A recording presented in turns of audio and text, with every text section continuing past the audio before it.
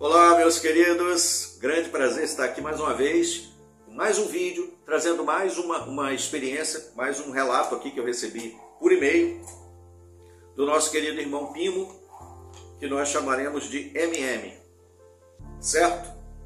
Ele disse assim: boa tarde, Alexandre, sou Pimo, acabei de chegar em casa. Isso no dia que ele mandou o e-mail, né? Foi no início do mês.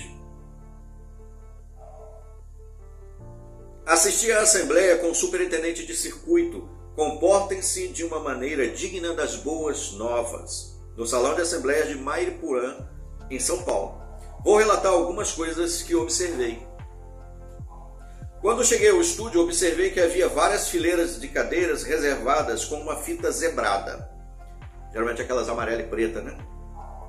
O que forçava as pessoas a se sentarem onde havia espaço, bem próximas. Fica evidente que o objetivo era dar a impressão que o local estava cheio, ou seja, acoplar todo mundo ali, né, num lugar só, para não ficar aquela coisa espalhada, aqueles vácuos, aqueles ecos. Dependendo do ângulo das fotos tiradas, dava a impressão mesmo que estava cheio. Depois de mais ou menos uma hora que o programa se iniciou, essas fileiras de cadeiras que estavam com fita zebrada foram liberadas. Pude perceber que o auditório estava relativamente vazio. A capacidade total do auditório, B, é de 5.000 pessoas. A assistência da parte da manhã foi 1.904 e a parte da tarde 2.109 pessoas. Ou seja, ficou ainda sobrando lá cerca de quase 3.000 lugares vazios, menos da metade, ele diz aí. Segundo ponto, foram batizadas 14 pessoas. Fui lá xeretar, ele ri aqui no e-mail. A maioria dos batizados eram filhos de familiares de testemunhas de Jeová. Então, imagina, né? No universo ali de 1.904 pessoas, é claro que muitos tinham filhos que já estavam em idade, né? De 8 anos para lá já estão batizando, quer nem saber. E esse aqui é um fator muito triste até, eu sinto tristeza, é uma tristeza alheia, né? Como tem vergonha alheia, eu sinto uma tristeza alheia, porque eu imagino que os irmãos, principalmente nós que tivemos lá nos anos 80 e 90, nós vimos aquele volume de pessoas, aquela alegria, aquele fervor, aquele espírito, né? Todo mundo muito feliz, porque havia um companheirismo. Hoje em dia o pessoal trabalha pro forma, trabalha de uma forma mecânica, tem que relatar, olha, tem que fazer, tem que ir para a construção, ser comulta e tal. Muita correria e as pessoas não têm muita afinidade uma com a outra, infelizmente. Aquela coisa muito superficial. E aí o pessoal vai perdendo o ânimo, vai perdendo a alegria, ainda mais com essas palhaçadas do corpo governante, essas mudanças que não tem cabimento nenhum, né?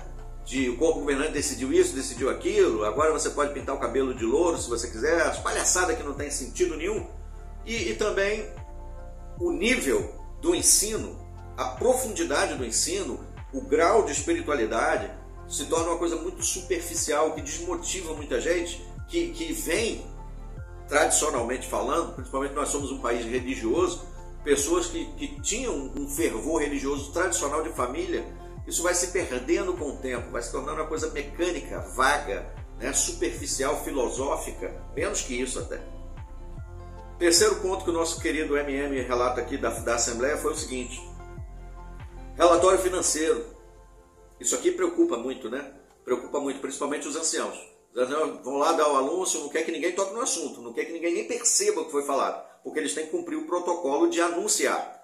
Mas sabe que é uma coisa ridícula, e aí ficam torcendo para que ninguém levante a mão e fale: peraí, que negócio é esse aí? Porque quando isso acontece, a coisa fica feia. Relatório financeiro. Fiquei surpreso quando foi anunciado da tribuna que havia R$9.000 positivos na conta da Assembleia. Na verdade, é a conta do circuito, né? O que significa isso? Todos os circuitos, a Assembleia de Circuito compreende apenas um circuito geralmente de cerca de 20 congregações. Então, levando em conta que cada congregação possa ter ali cerca de 100 publicadores, o total ali vai ser mais ou menos de 2.000 pessoas num circuito.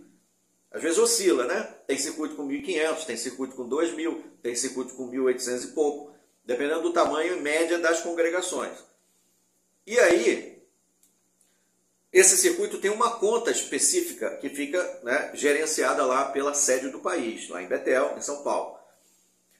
E essa conta do circuito Esse dinheiro que fica ali é interessante porque esse dinheiro não faz parte das contabilidades, ele só é anunciado. Como eu já citei aqui várias vezes na experiência, uma certa ocasião que eu estava sendo presidente da Assembleia, o superintendente da Assembleia anunciou, a conta do circuito tinha uns 5 mil e poucos reais, e depois ele contabilizou lá o valor das despesas e o quanto os irmãos tinham contribuído. E a diferença que deu gerou um déficit de 8 mil reais. Só que esse déficit não contemplava a conta do circuito, não entrou na conta. Se tivesse entrado, o déficit tinha caído para 3 mil reais, não 8. Depois que eu questionei o superintendente da Assembleia, questionei um monte de anciãos, eu fui levado, né, às cortes marciais. O superintendente do circuito designou 2 anciãos para poder conversar comigo sobre isso, porque eu estava questionando. Ou seja, esse é um assunto delicado. E é exatamente disso que o nosso querido aqui, MM, traz. Ó. A conta do circuito lá, de Maripurã, nesse evento, estava em 9 mil reais. Positivos. Minha alegria durou pouco. Teve vários gastos, não sei onde. No final, ficou um saldo negativo, um déficit de 12 mil reais. É o que sempre acontece. Sempre há um déficit. Nunca há um superávit. Nunca há sobra. Sempre há falta. Quem pudesse doar para cobrir esse valor poderia fazer nas caixas de donativos e também pelo donate.jw.org. Se os irmãos tivessem dificuldade de usar o Donate, atrás do palco havia estandes com irmãos e irmãs que iriam ajudá-lo a fazer esse tipo de donativo. Então tinha o pessoal lá dando auxílio, posso ajudar? Talvez com uma placa. Já pensou aquelas camisas? Posso ajudar? jw.org. Para ajudar o pessoal a ir lá no celular, conectar lá no Donate e fazer o donativo por ali. Eu fiquei algum tempo perto desses estandes e vi vários irmãos pedindo ajuda para criar uma conta para fazer donativos online. Fiquei sinceramente com dó desses irmãos, e é de dar dó mesmo. Assim, por quê? Porque os irmãos, primeiro, eles não sabem para onde vai. Aquele discurso que é feito nas igrejas, que fala assim, olha, você doa se você quiser. O que o pastor vai fazer com o dinheiro é entre ele e Deus. Né? Entre ele e Jesus, não é isso? E aí o pessoal mete o malho, inclusive muitos irmãos do Testemunho de Jeová metem o malho nas igrejas evangélicas, porque o pessoal doa o dinheiro, doa dízimo, mas não tem prestação de contas. E a desculpa que os evangélicos dão isso, o que ele vai fazer com o dinheiro é entre ele e Deus. É a mesma coisa que muitas vezes faz na política, você paga os impostos e fala, mas o que a gente faz com esse dinheiro, por que não faz isso? Isso aí a nossa função é só pagar o imposto. O que o governo vai fazer com o dinheiro é entre ele e o presidente, Deus, sei lá quem. A organização não é diferente. Os irmãos contribuem, achando que é para Jeová. Aí quando vai falar uma prestação de conta, fala, irmão, o corpo governante é que cuida dos bens do amo, não é? Então, é entre ele e Deus. Mesma coisa. Quarto ponto, que o nosso querido MM trouxe aqui no e-mail, o relatório dele. Os oradores da Assembleia. A maioria dos oradores eram aqueles irmãos que tinham fotos com o superintendente.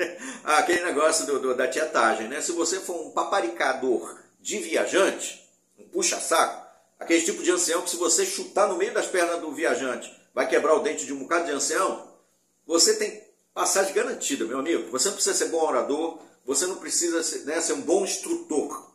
Você não precisa ser um irmão exemplar. Basta você ser um puxa-saco do superintendente de circuito. E aí você está garantido lá. Fotos comendo pizzas, tomando aquele cafezão, passeando em parques, etc. Fica claro que foram escolhidos por serem baba-ovo do chefe. Um dos oradores era um puxa-saco que estava em um daqueles estandes do Donate. Tinha um irmão, bom orador, que sempre fazia discursos, mas como ele bateu de frente com o chefe, foi retirado sem dó. Foi retirado também do sistema de áudio e vídeo. Enfim, política pura. Em outro e-mail relato o que aconteceu. Abraço, Alexandre, tamo junto. Obrigado, meu querido MM, por mais esse relato aqui que você trouxe, né? E as coisas que você falou aqui, os filmes vão passando na minha cabeça, né? Quantas assembleias eu já participei, nos departamentos, nos bastidores, e o que a gente vê é exatamente isso. Talvez quem está assistindo, que não conheça, né? Que não sabe, nunca foi ancião, não entende mais ou menos, talvez ache que são exageros ou são apenas conversa fiada. Mas vai lá, duvida, paga para ver, vai lá e vê. Experimente, seja membro. Se você duvida do que a gente está falando, vai lá e seja membro. E tire a prova real. E depois vem cá contar para nós como é que foi Tá bom? Eu agradeço aí a todos vocês a mais esse vídeo. Até os nossos próximos vídeos. Até lá.